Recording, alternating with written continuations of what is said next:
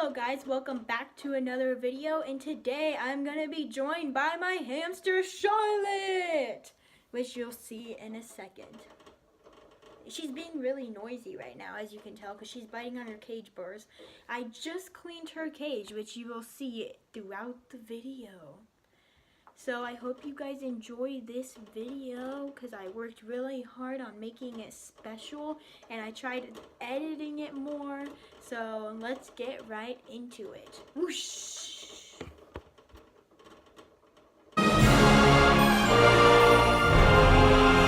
So I just got done cleaning my cage. So the first thing you want to do for cleaning a cage is disassemble the whole cage. And dump the fluff out into a Walmart sack and throw it out because it's gonna smell. It's gonna smell up your whole house if you haven't cleaned your cage in a while. You should clean your hamster's cage about 2 to 3 weeks, around there. You don't want them living in a dirty environment. So then you want to fill up the bathtub with warm water and dish soap. You do not have to put it in the bathtub. You can just wipe it down with like a wipey or something. But if you want to get it really clean, then you should probably put it in the bathtub. And then I let it soak for 10 minutes. And I take that purple washcloth right there and just wipe it all down and try to get the bits and pieces out of it. Then I let it air dry for about 20 minutes. As you can tell, it's still really wet, so then you have to dry it with a towel. It kind of takes a while because these tubes are really hard to dry because you can't really get a towel inside them. So, yeah. Hi, Claude. Okay, so now I'm using the food bowl to put the fluff in the cage. So you just want to fill the cage up like about... You want to make sure the whole floor is covered. So I'm going to need much more than this. And then after you fill it up with fluff, you need to start assembling the cage back together. So I will do that and get back to ya. Okay, so I finished building the cage. That's what it looks like. It's kind of leaning though, and sorry, I can try to fix it, but just a little too top heavy because of this. So now I'm gonna fill up the water bottle in the drink there, right here in my fridge, because that's where I usually fill it up. It's hard to do this with one hand because I'm trying to film and do it at the same time. There, so now she has a full water bottle. So when she's done running, she can drink it all up. And the one I'm talking about is Charlotte. She is my hamster. She's the one in the green ball. And she is running around crazy. She really wants to go back into her cage because she keeps bumping into it and stuff.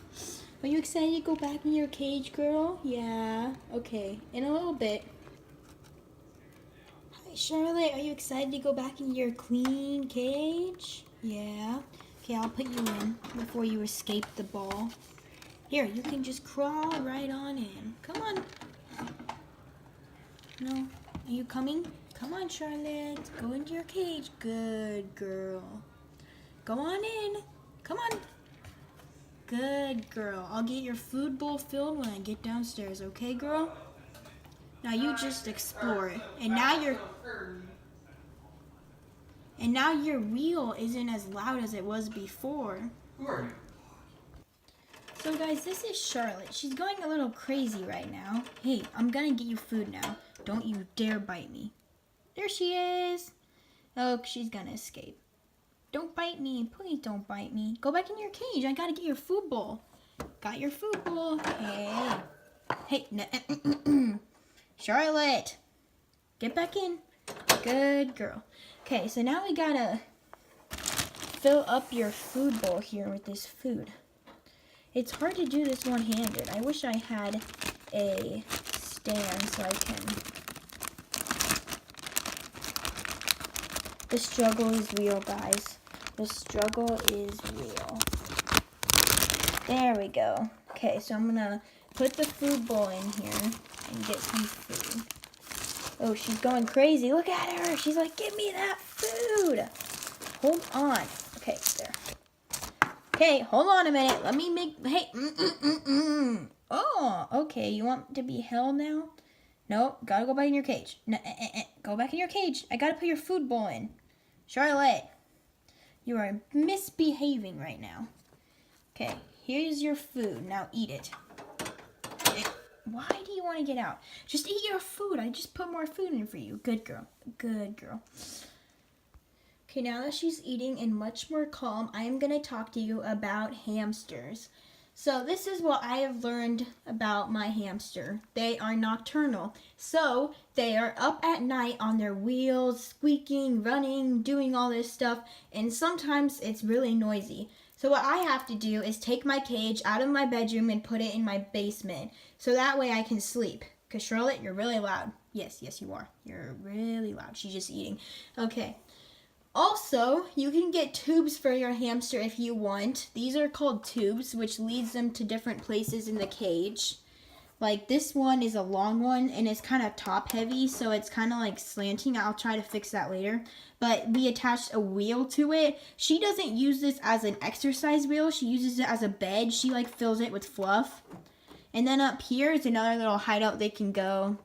My sister's hamster likes to go up here more than Charlotte does. Charlotte likes to go in this one.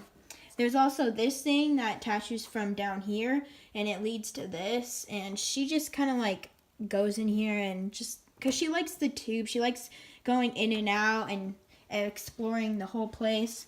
You can also get these chew sticks for your hamster so they don't bite the bars on the cage, because sometimes they do that. That's also what makes the noises at night. They like chew on the bars because of their teeth. So you can give them these. As you can tell, Charlotte hasn't really used it. Apparently she likes the bars better. So waste of money right there. No, I'm just kidding. So then you can get hamster food. We get the KT brand at Walmart because it's the cheapest. And you want to make sure that your hamster has enough food, because otherwise they'll starve to death. They're kind of just like humans, I guess, in a way. So you want to make sure you fill up their food and water bottle when you notice it's empty or not even empty. You can also give hamsters treats. So we keep our treats in this box right here, and it says Shine. I think we got it from Bath and Body Works or something. So just, if I put it there. So this is where we keep our treats. We also have a leash in here that we have never used because they just slide right out of it and they don't care for it. Like if you have a hamster that likes this, then maybe it'll work, but yeah, our hamsters do not like the leash, so we never have used it. We have some more chew sticks in here. One of them fell out. Okay, then we have these pretzel treats that we got at Walmart. They're almost gone. These are Cloud's favorite.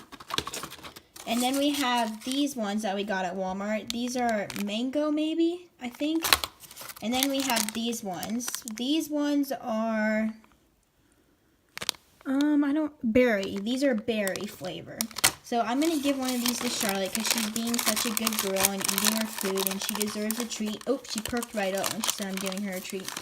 You can only give a hamster like a treat once every week or once every few days, because if they get too many treats, they're just going to eat the treats and not their actual diet, and that might make them sick. They'll get fatter. So I'm going to give this treat to Charlotte. See if she takes it out of my hands. Except these are a little too big because she's a dwarf hamster and she's a little small than most hamsters. So she's just going to shove that in her cheek pouches and save it for later. That's what hamsters do. So now we're going to talk more about what hamsters are, what happens when they get pregnant, because I have a story about that. So let's get right to it. Okay, so before I got Charlotte, I had another hamster named Midnight Hazel. Her middle name was Hazel, if I can speak.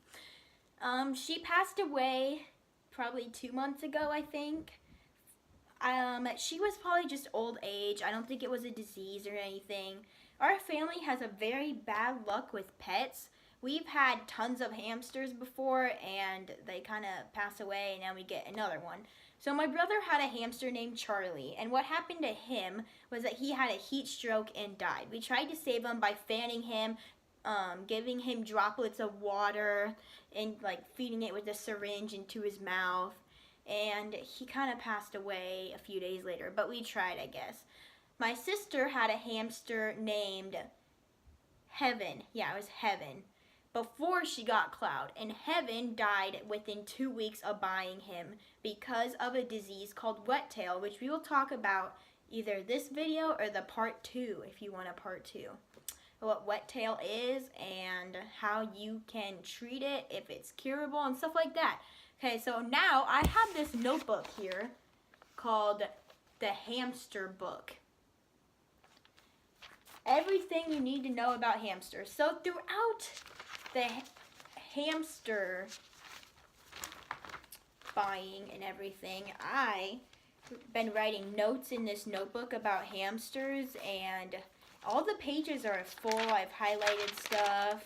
There's 26 pages, so as you can see, I've been busy. This is what I've been doing in my free time, guys, before I started YouTube. Okay, so we're going to talk about a pregnant hamster. My hamster Midnight was pregnant, but the sad thing was she ate all of her babies. I am not kidding. I am not kidding. And it was so sad. I'm starting to cry, guys. Yeah, she ate them, and I will tell you why she ate them. So, to identify a pregnant hamster, you need to know if it's a male or female. Duh. Okay. Then you have to know if she's been around any male hamsters. So if she was at the pet store, she was probably around male hamsters, unless they have a cage of just females or a cage of just males. But if they have all of them like together, then they will probably mate, guys. And sorry, the light's blinking back there if you notice that. Sorry. Gotta note the age of the hamster, because if they're too young, they're not going to be able to be pregnant. Rule out illness. Look for a swollen belly. You can tell if a hamster is pregnant by if their belly's getting bigger around the area and stuff like that.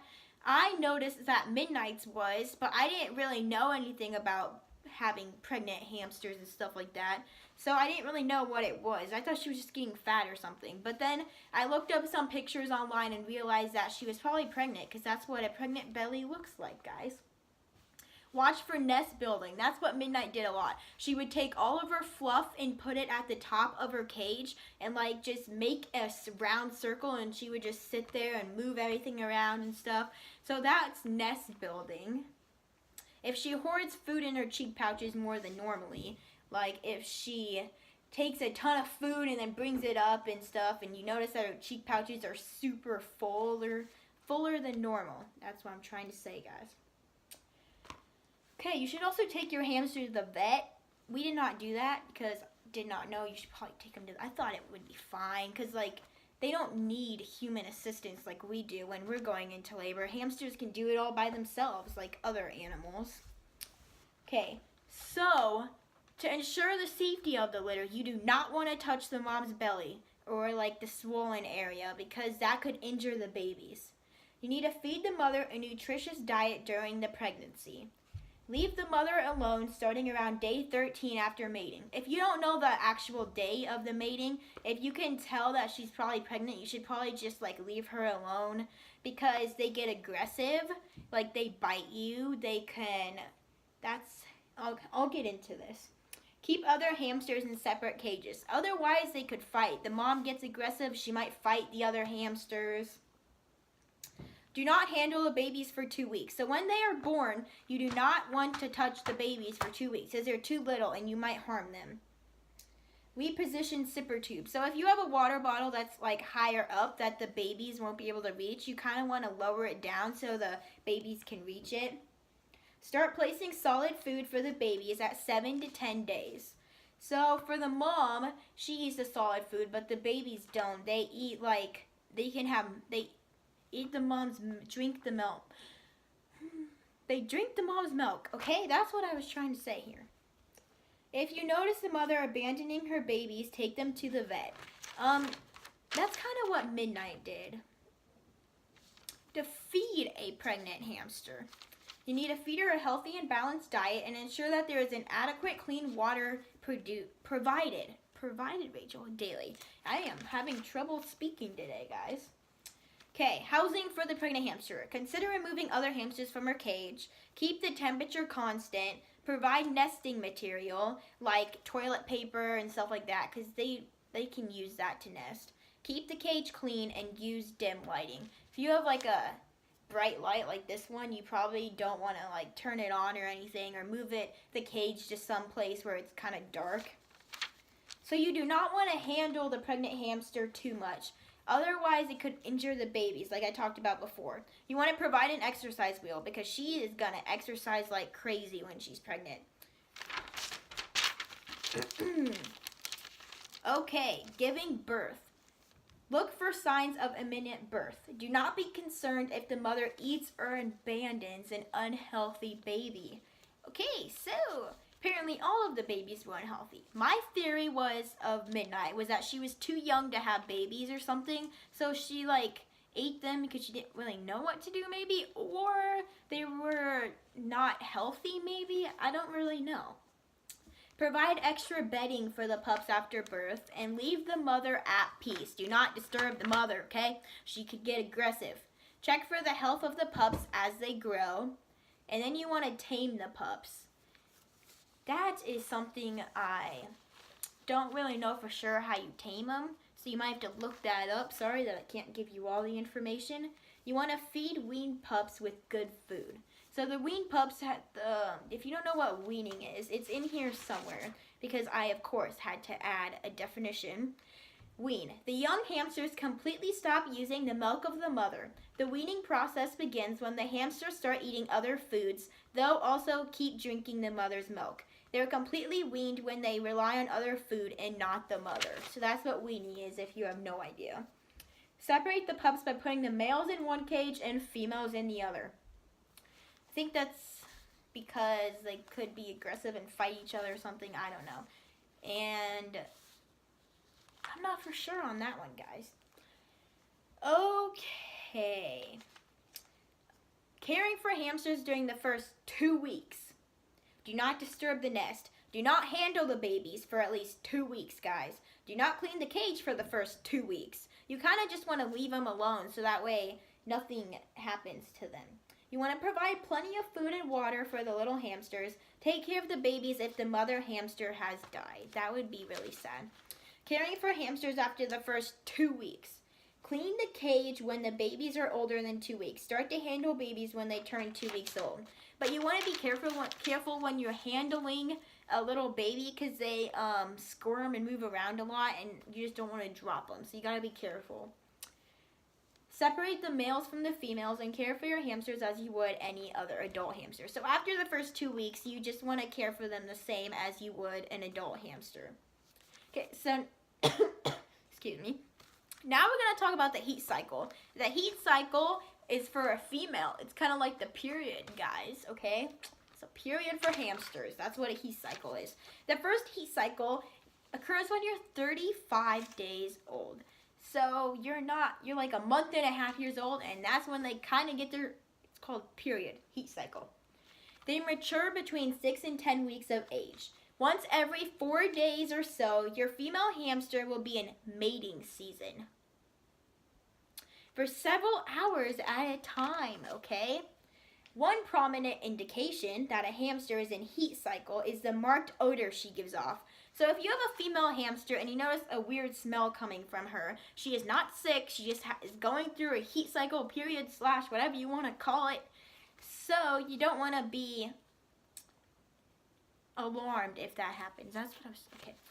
Also,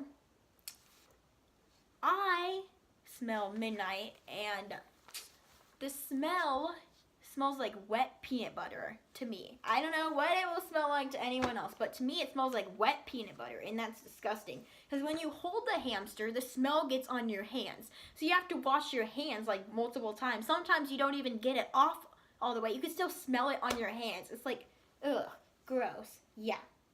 Toward the beginning of heat, you might notice a vaginal discharge that is rather clear and sparse. Also, the odor that she gives off is musky and potent. So, it's really not good smell, guys. Okay, now we're going to talk about the heat stroke, which happened to my brother's hamster, Charlie. Now, this is kind of sad because we had no idea that hamsters could have a heat stroke. So, symptoms of heat stroke are heavy breathing and the animal laying on its belly. A hamster can die quickly if you don't take immediate action. Move the cage to a cool spot. Take him out of the cage and run cool water, not cold, over its body with it until it is alert and breathing has slowed. Dry it off gently and place it in a clean cage away from any heat to rest. To rehydrate your pet, you can use an eyedropper. Yeah, I said syringe, I meant eyedropper. We use an eyedropper to offer him water. Never leave your hamster's cage by a sunny window in your car or an unventilated room, because that could cause heat stroke, guys. What we did, which made Charlie get heat stroke, is we took them for a walk in their outside in their balls, which is right here. Charlotte's is green. And they went around the block with them, and it was like 70 degrees, so it's kind of too hot for a hamster to be outside, and they went for like 30 minutes, so that is why Charlie got a heat stroke.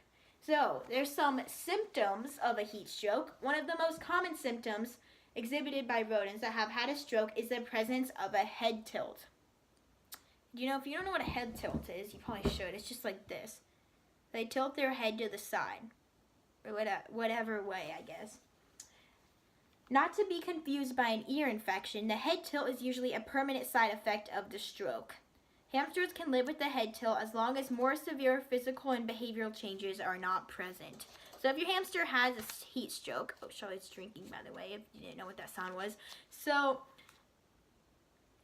I lost my train of thought, guys. So if a hamster has a heat stroke, the most permanent thing is a head tilt. So just have a head tilt their whole life, I would feel bad for them.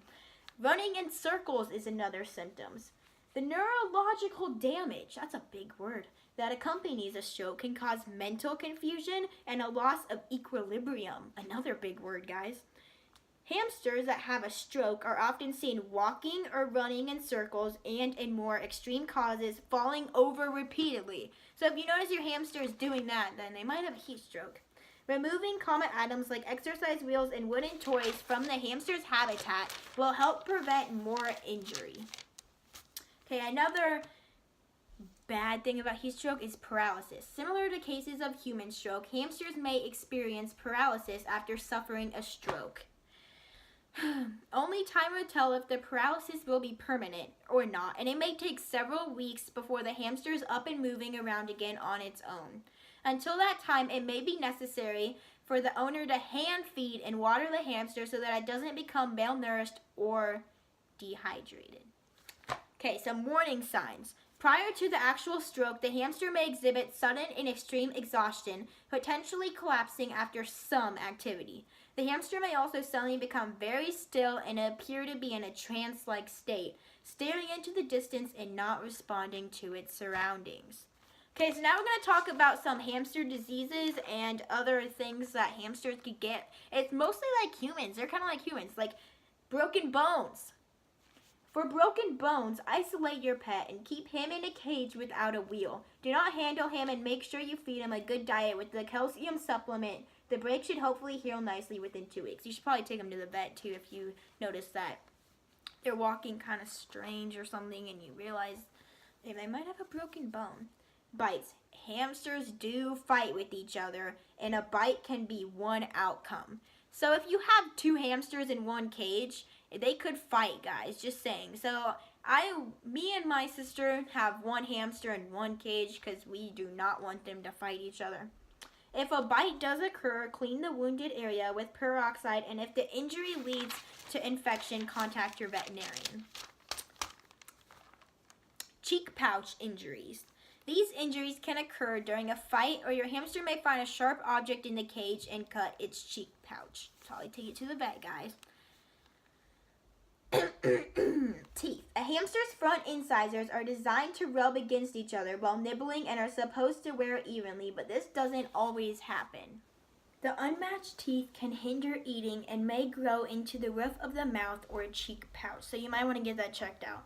Abscesses. An abscess can happen when a wound heals over before the infection inside is gone. It can look like a swollen area and will be very tender to the touch. There can be redness of the skin and your hamster may scratch at or around the area. So if you notice that, then probably take him to the vet. Eyes. Hamsters do develop eye problems in response to eye injuries or infections. They can also develop cataracts, just like humans, guys. Just like humans. Okay, so now we got 3 infections here. We got the respiratory infection, gastrointestinal infection, and fungal infection. So, respiratory. Symptoms of respiratory infections are labored breathing, discharge from the nose and eyes, loss of appetite, and weight loss. So if you notice any of that, then they will probably have a respiratory infection. So you want to go to the vet. This is a big word, guys. Gastrointestinal infections are a stained tail, diarrhea, lethargy, failure to eat or drink, that's a big word, guys. Irritability, and ruffled hair.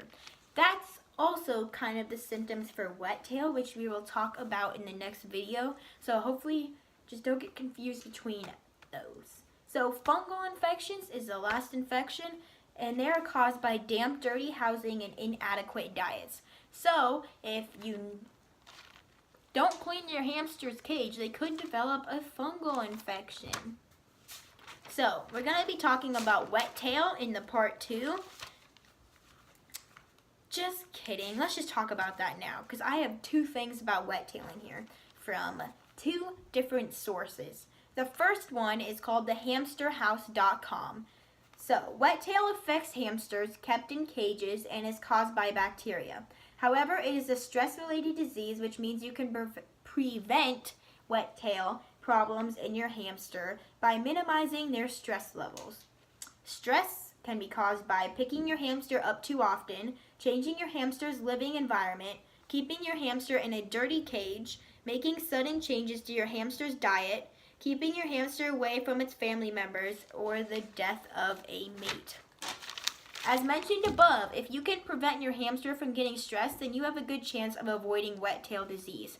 Another cause of wet tail disease is the cold weather. So if you're transferring your hamster from place to place and it's like below 30 or something, then you probably shouldn't, because they could get wet tail disease. The symptoms of wet tail, there's a ton of them, are wet tail covered emphasis, waste matter discharged from the bowels after food has been digested.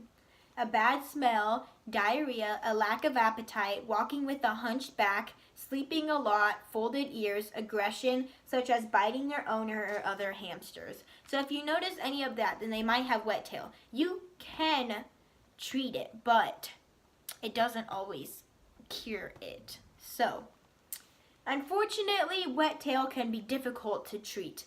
Hamsters with wet tail often die even when the problem is spotted early and properly treated.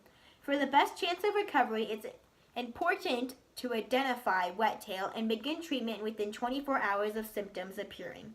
As soon as you see symptoms of wet tail in your hamster, you should take the following steps. Quarantine the hamster away from other hamsters so that the disease cannot spread. Wet tail is very contagious, so if one hamster has wet tail, the whole litter might have wet tail, if they're called litters. The whole hamster family might have wet tail. So we went to this place, the pet store, forgot what it's called, to get Heaven, and there were other hamsters in there, and the guy's like, sorry to say, but these hamsters might have wet tail, so we're just gonna check it out and check under their sides, and if it's wet, like down there, then they might have wet tail. So they just picked them up and looked at them, like, yeah, you can't have that one. And I'm like, no, I wanted that one. It was like white and grayish, and it was fluffy and cute. Wet tail is mostly like found in the fluffy hamsters. And Heaven, we got Heaven, and they gave us this medicine to treat the wet tail, and we dropped it in its mouth. We also gave the medicine to the other hamsters so they don't get wet tail, kind of. And That was a pain because we had to open their mouth and drop it in. Like, that was hard because they did not like the medicine. They were fighting and just kicking and squirming. So that was hard. Fortunately, Heaven died within 2 weeks because she's had, I think it was a he, sorry. He's had wet tail for a long time, so he ended up dying.